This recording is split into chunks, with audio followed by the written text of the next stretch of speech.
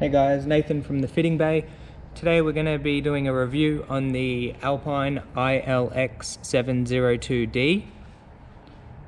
So first thing we see, we've got the 7-inch Alpine screen. The screen is capacitive touch, so it's not resistive. Basically the difference is the capacitive touch is the glass like what's on your phone screen, on like an iPhone, whereas resistive touch is just a touch panel overlay over the LCD.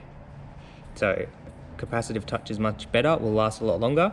So once the unit's booted up, we've got our language screen, so we'll go with English. Time adjustment, this is going to wait for GPS reception. We haven't got the GPS antenna plugged in, so we can leave that. And then basically it will bring you into the radio screen as when you first start up. So we'll start from the menu. So if we hit menu, we've got radio, AM, FM, digital radio, auxiliary input, and Bluetooth audio. These are all the features that we have without plugging our phone in or connecting our Bluetooth device. If we've got phone down here, this will bring you in and show you your paired devices. You can have 5 paired devices. Go back home. Rear camera input, so this can be wired up so that it works on reverse. So when you put your car into reverse, it will show you the camera screen, as well as if you just press this camera screen here. Now, this unit has a direct camera input. I'll show you what that is.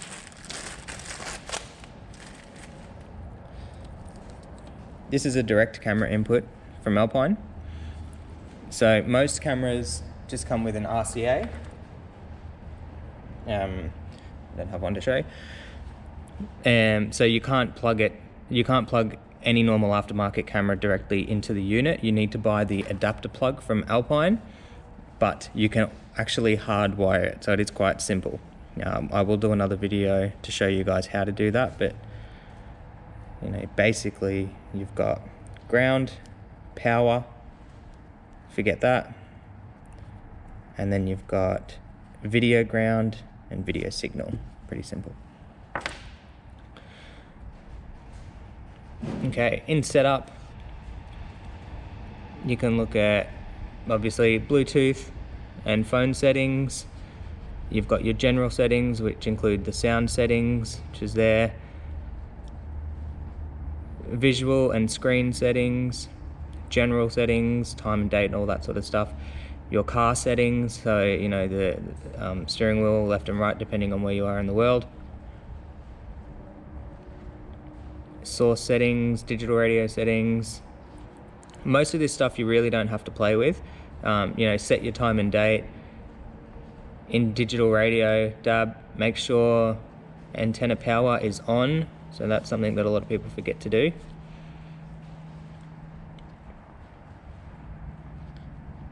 And yeah, it's the same as scrolling. If we just touch the top, that will bring us into the settings that we want. If we hit the menu button, it will bring us back to our home screen. At the bottom here, we've got our audio button. So this will go through the different audios. So you've got, again, FM, AM, DAB, auxiliary, etc. Mute, volume down, volume up. Voice control, which won't work unless your phone is paired or connected.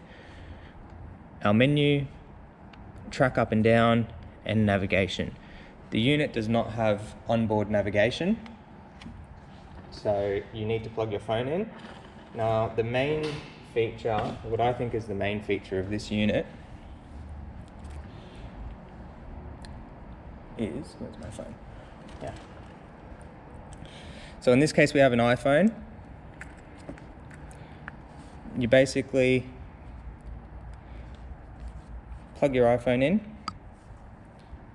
The back of the unit has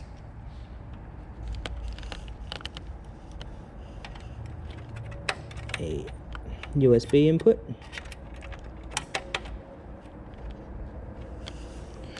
So the unit comes with a USB adapter plug, which is male USB at the back and female, and about a 1.5 meters long. So you run your USB to wherever you want in the vehicle. Pretty straightforward. Plug in the phone to the USB. All you have to do is hit accept on the iPhone and it will bring up all of your apps. Now this does iPhone and Android Auto. So the Android app's a little bit different. I don't have an Android phone, so we can't show you that, but it's similar. The apps come up. You do have to go through a few more settings on the Android to set it up, but it's not hard. So in here, these are all of the apps that you can use. So WhatsApp, Waze, Audible if you have it, your messages app, podcasts, maps. It'll show you where you are. You can hit destinations. It can take you, home, all sorts of different destinations. All works through voice control. So if you hit voice with the microphone plugged in, it will, you can say, take me to the nearest train station, and it will take you there. So she can't hear us because the mic's not plugged in. You've got your home button. Music, so this will bring up all of your music apps, playlists, albums, artists, all that sort of stuff. Alright, you can go through pretty much your whole phone. We hit home again. Phone, so it will ask you who do you want to call, and you can tell Siri who you want to call, or you can show contacts and scroll through all of your contacts. Alright, podcasts, iHeartRadio, again, all that stuff. When you're done with this, you can hit main menu. It will bring you right back home to your main screen. Again, if you want to use CarPlay, pretty straightforward. Alright, so these are the main features of the head unit. What I'll do is I'll turn the unit around and we'll have a look at the back. Let's see what we've got going on there. Okay, so on the back of the unit we've got our universal antenna plug, our GPS antenna. Now, even though the unit does not have onboard navigation, it does have a GPS antenna. The reason for that is it basically boosts the reception from your Apple CarPlay or Android Auto. So you're not only relying on just the phone for your reception when you're using maps, you've also got an external GPS antenna giving you reception. Here we've got our, it says CAN/IF interface. So Alpine have their own CAN bus interfaces and stuff for certain cars and their steering wheel control modules and stuff. But it also has your AUX input. So you can plug an AUX cord into there and run it somewhere in the car. Female at the other end for your AUX. Camera, so this is the direct camera, which we went through that, how to do this, but I'll also do another video and show you guys the wiring and how I wire it up. What else is on here? We don't need anything else on there. I think this one is a speed sensor wire, which we never worry about. We have our digital antenna plug. So for the digital radio, it does come with its own antenna. It needs to be mounted nice and high on the windscreen. We have 3 pre-outs, which is this plug here. So we've got our subwoofer, front and rear output. So if you wanted to do amplifiers and a full system, that's easily done. We have our USB. So like I said, the unit does come with a USB extension. I just plugged my iPhone cable straight into there. The extension, I normally run it into the glove box unless the customer asks, they want it somewhere specifically, I will run it there. HDMI input, you can put a male HDMI in and have a female on the other end. You can plug in your iPhone or Android phone and it will actually do mirroring, which is pretty cool. HDMI output, so you can use this with other Alpine electronics systems. If you had a roof mount, for instance, you could run an output to the roof mount or the roof mount to the input, depending on the unit. If it's got HDMI on the roof mount, or they did, well, I don't know if they do them anymore, but they used to do the screens, there's separate screens that could go into headrests. W remote, so this is wheel remote. This plug here I don't have on me, but it basically has the microphone plug and the steering wheel control plug if you're using a module, all that sort of stuff on there, so you can get that all connected. And obviously a power harness. If you're not using the pre-outs or an amplifier, you've got all your speaker wires, you've got reverse signal, obviously power antenna wire, and remote output for an amplifier, all that sort of stuff. And that is basically it.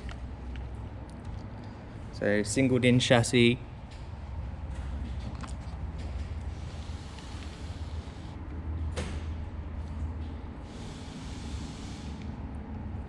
it's a mechless unit, so there's no CD DVD. Okay, just basically works off your iPhone. This is a really good unit with a bunch of features. So if you don't have your phone plugged in, you can still use all the awesome features. If there's any units, any head units you want to see, any reviews you want to see, just leave a comment below and I'll be happy to do a review. We've got we can get all sorts of units: Kenwood, Pioneer, Sony, obviously Alpine, you name it. We can get it in and I can do a review, and also videos on how-to guides. So if you see, I've got a couple up already, but we're going to be doing complete guides on fitting, how to fit everything, every bit of wiring, no stones left unturned. We'll be doing complete reviews, complete how-tos and reviews. So if you're interested in that, subscribe to the channel, and like I said, leave us a comment and I'll be happy to make some content on whatever you need.